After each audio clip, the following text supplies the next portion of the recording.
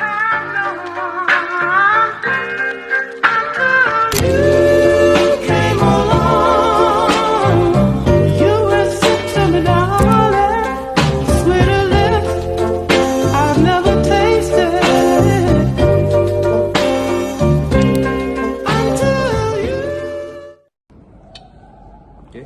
perkenalkan nama saya Muhammad Kibril Zalmaki dengan NPM akhir 56. Saya Rafli Almandani dengan NPM akhir 35. Saya Koden Basi Galib, NPM akhir 029. Saya Satria Raffi Setia, NPM terakhir 036. Oke, untuk hari ini kita berada di Museum Olahraga yang ada di Lapangan Tor. Bye-bye.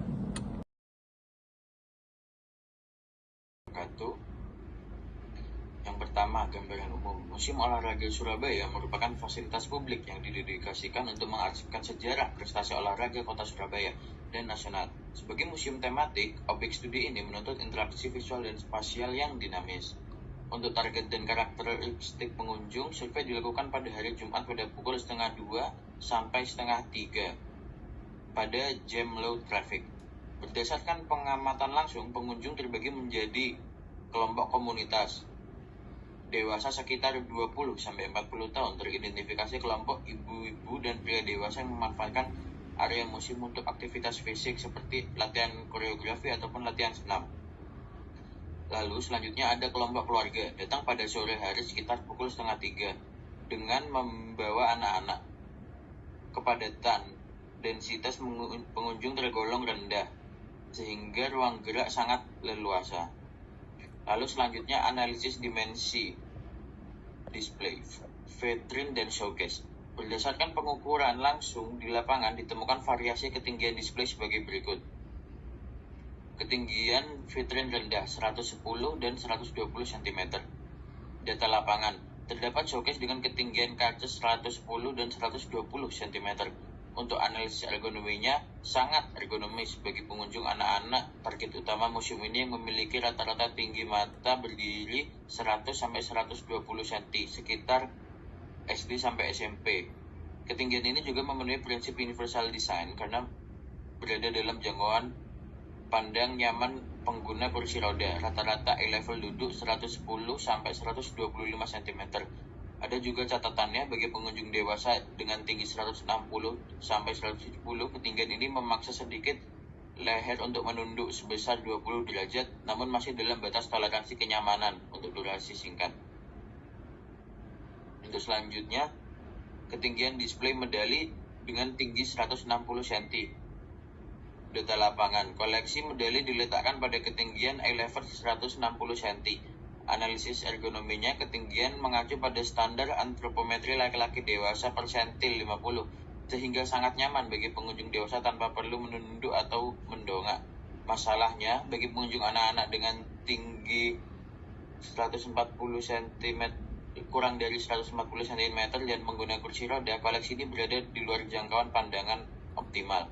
Detail medali mungkin sulit terlihat jelas kecuali mereka mendongak ekstrim atau dijunjung oleh orang tua.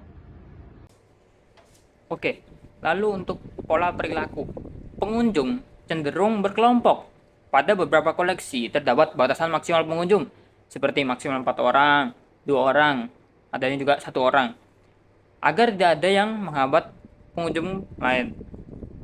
Lalu persepsi ruang dan alur. Desain alur pameran yang linier memberikan kejelasan arah. Namun, di area lantai 1, pengunjung harus putar balik untuk menemukan tangga untuk naik ke koleksi lantai 2, yang menyebabkan kebingungan menentukan urutan koleksinya. Oke, lalu untuk analisis lebar jalur ya. Nah, data lapangan yaitu menunjukkan kalau sirkulasinya itu terukur sekitar 166 cm. Jadi standarnya itu ya orang berjalan ya, berselisihan itu 120 cm. Lebar minimum untuk manuver putar kursi roda itu 150 cm. SNI, menurut standar SNI ya.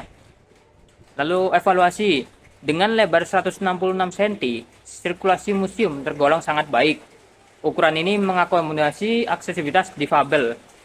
Kursi roda bisa berputar sampai 360 derajat. Lalu untuk rest area ya, tidak ada ya. Untuk sepanjang alur pameran tidak ada tempat duduk. Nah, ini tuh negatif karena pengunjung lansia dan ibu-ibu hamil tuh perlu setidaknya jeda istirahat di tengah sirkulasi. Lalu untuk escape route, ya jalur evakuasi terlihat jelas di berbagai sudut ruangan. Nah, lalu untuk area pencahayaan ya, cahaya alami vs buatan. Jadi dominasi cahaya alami di area koridor. Nah, area selasar itu mempunyai bukaan jendela lengkung yang sangat besar di sisi kiri. Nah, memasukkan cahaya matahari berintensitas tinggi. Masalahnya itu terjadi kontras yang ekstrim, sehingga sisi jendela yang sangat terang sangat mengganggu area pameran di sisi kanan. Nah, dampaknya mata pengunjung harus bekerja keras melakukan adaptasi saat beralih pandangan. Lalu untuk pencahayaan track lighting. Nah, pencahayaannya ini musim ini ya menggunakan track lighting, lampu sorot rel yang dipasang pada plafon. Nah, fungsinya lampu ini berfungsi sebagai action lighting yang menyoroti objek dan teks di dinding. Nah, penempatan spotlight ini menciptakan suasana dramatis yang baik untuk museum. Namun, sudut sorot pada beberapa titik menciptakan bayangan keras di lantai dan dinding yang bisa mendistraksi fokus visual pengunjung. Plafonnya ini menggunakan plafon warna gelap berwarna coklat tua yang menyerap sebagian cahaya ambient.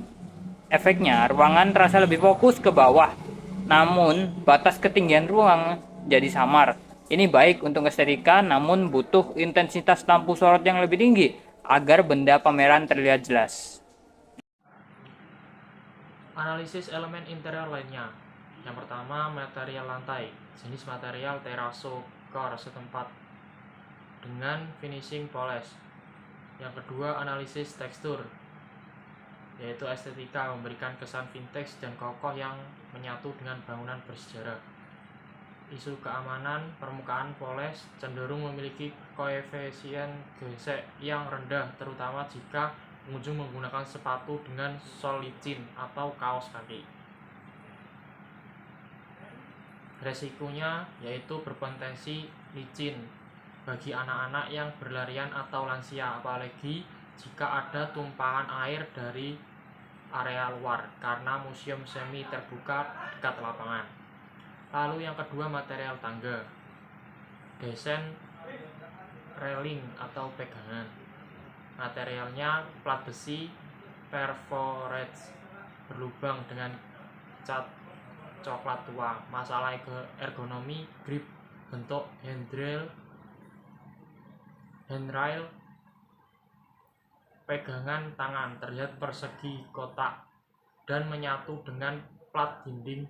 Ini tidak ergonomis karena telapak tangan manusia lebih nyaman menggenggam bentuk silindris bulat dengan diameter 3-5 cm standar Penero. Pegangan kotak dengan sudut tajam membuat cengkraman tidak maksimal saat menaiki tangga. Lalu isu visual, pola perforate yang rapat dan berlubang berulang dapat menciptakan efek moist, ilusi optik bergelombang saat dilihat sambil bergerak turun yang berpotensi menyebabkan pusing atau salah estimasi langkah bagi pengunjung dengan gangguan penglihatan. Lalu analisis signage dan tipografi pada dinding. Signage larangan hitam berposisi ditempel pada pilar dengan ketinggian eye level rata-rata sekitar 150 cm. Posisi ini sudah ergonomis dan mudah dilihat. Keterbacaan menggunakan teks putih di atas background hitam, namun ukuran font untuk poin-poin larangan terlihat terlalu kecil jika dibaca sambil berjalan berjarak 1 meter. Signage penunjuk arah putih. Terdapat diagram dengan level 1 di dinding putih. Garis grafisnya tipis. Ini butuh stopping time, waktu berhenti. Untuk memahaminya tidak bisa dibaca sekilas. Grace grading. Lalu kebutuhan khusus dalam museum. aksesibilitas mobilitas pengguna kursi roda, fasilitas sanitasi. Telah tersedia toilet khusus difabel yang dinilai cukup memadai. Dimensi pintu dan ruang gerak di dalamnya memungkinkan manuver. Dasar kursi roda ini menunjukkan adanya kesadaran awal terhadap kebutuhan inklusi. Diskontinuitas akses vertikal. Meskipun toilet tersedia, ditemukan masalah fatal pada akses menuju lantai atas. Temuan hanya ditemukan tangga sebagai sarana transportasi vertikal, tidak ditemukan adanya rem, landai atau lift elevator yang terlihat jelas oleh pengunjung.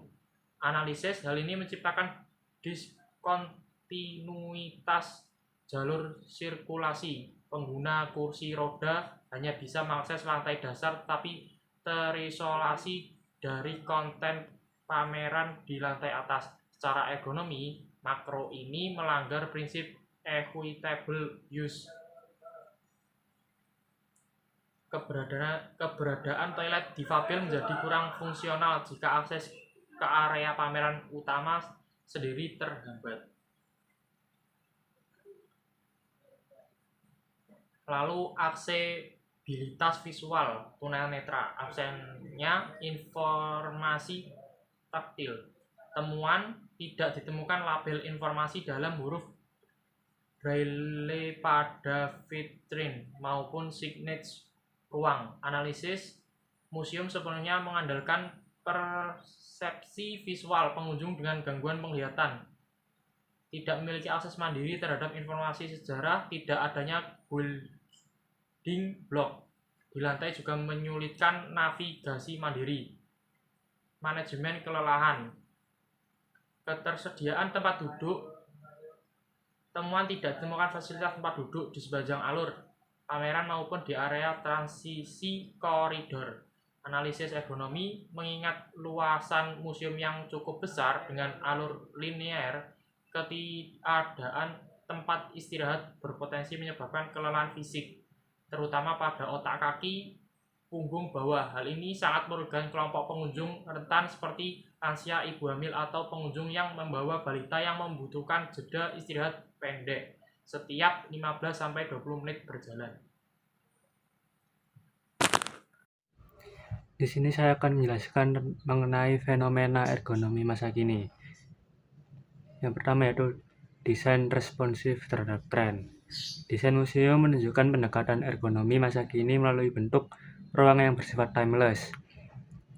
Pemilihan warna, cat putih dan merah memberikan kesan bersih, tegas, dan tetap relevan dengan tren desain interior modern. Kombinasi bentuk sederhana dan warna yang kuat membuat ruang tidak cepat terasa usang sehingga tetap adaptif terhadap perkembangan zaman. Lalu secara ergonomis, desain ini membantu pengunjung merasa nyaman dan fokus tanpa gangguan visual berlebihan. Selanjutnya, material ramah lingkungan. Museum banyak menggunakan material kaca dan akrilik bening sebagai elemen utama untuk memajang koleksi. Material tersebut memungkinkan visibilitas yang baik, melindungi benda pameran, serta memudahkan pengunjung mengamati koleksi tanpa hambatan. Penggunaan kaca dan akrilik juga mendukung prinsip ergonomi dengan menciptakan kesan ruang yang ringan, rapi, dan tidak sesak. Meskipun belum sepenuhnya menonjolkan material ramah lingkungan, material memiliki daya tahan tinggi dan dapat digunakan dalam jangka panjang. Teknologi interaktif. Pada museum ini, teknologi interaktif digital masih tergolong minim.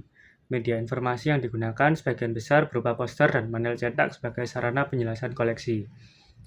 Kurangnya teknologi interaktif seperti layar sentuh atau media audiovisual membuat pengalaman ergonomi digital belum optimal.